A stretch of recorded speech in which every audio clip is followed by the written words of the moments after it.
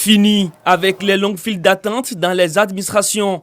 Le projet de dématérialisation des procédures administratives IDEA, qui était à sa phase 1, a vu la dématérialisation de 9 procédures administratives au niveau de la direction des examens et concours. Au regard des avancées, IDEMACH entre dans sa phase 2. Il s'agit de l'intégration de la signature électronique des requérants. Les activités de dématérialisation des demandes et de signature électronique du projet IDEMACH administrative viennent donc à point nommé prendre place en amont et en aval dans notre processus métier. Ce projet s'inscrit dans le cadre du programme IGOUV et vise la modernisation des procédures administratives. Le secrétariat d'État chargé de la modernisation de l'administration a été créé avec pour mission centrale de mettre en œuvre la politique du gouvernement en matière de modernisation de l'administration.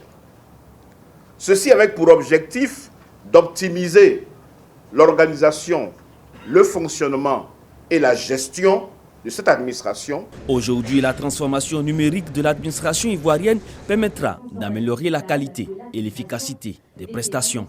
La phase pilote de vérification de la fonctionnalité de la plateforme e-démarche administrative s'étant avérée globalement satisfaisante, nous pouvons affirmer que les parties prenantes sont outillées pour la mise en exploitation des procédures conçues par souci de célérité et d'efficacité. Les procédures administratives opérationnelles au niveau de la DECO sont entre autres les demandes de relevé de notes et d'attestation à usage administratif. Ce projet permettra, selon les initiateurs, de gagner en temps.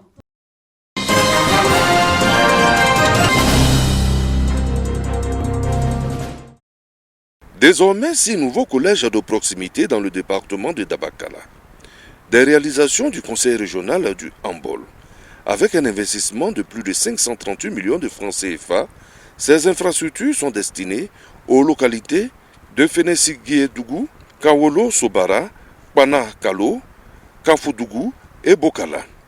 Ainsi, une visite de terrain du président du conseil régional du Hambol a permis de constater l'achèvement des travaux.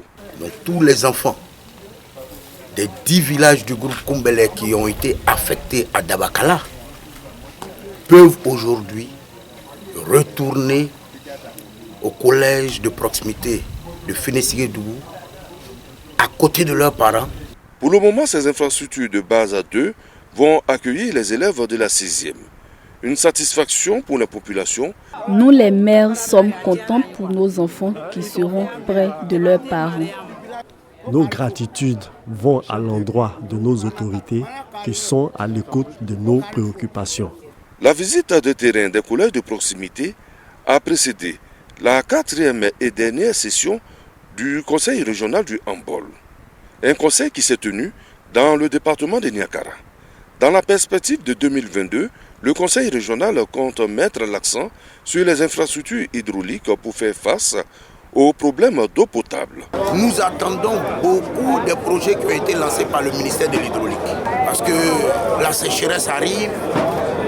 Si les projets qui avaient été annoncés ne sont pas mis en œuvre, il y aura beaucoup de difficultés pour nos parents.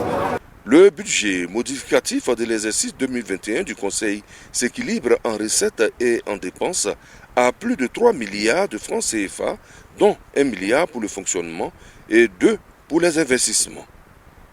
« 15 tonnes de drogue, de médicaments falsifiés et de qualité inférieure saisis par les éléments de la police antidrogue de Bouaké incinérés, 187 doses de cocaïne, 500 doses d'héroïne, 500 kg de cannabis, 640 comprimés de tramadol, 7000 comprimés de diazépam et 10 tonnes de médicaments falsifiés et de qualité inférieure qui ont été saisis du 1er janvier au 1er décembre 2021 par la cellule antidrogue de la police de Bouaké. Selon le chef de cette cellule, les opérations ont été menées dans les régions de Bouaké, du Hambol, du Béré et de Lifou, zone d'intervention de la cellule antidrogue de Bouaké. Au cours de l'année 2021, nous avons effectué plusieurs missions dans les régions du Bouaké, du Hambol, du Ifou et du Béré.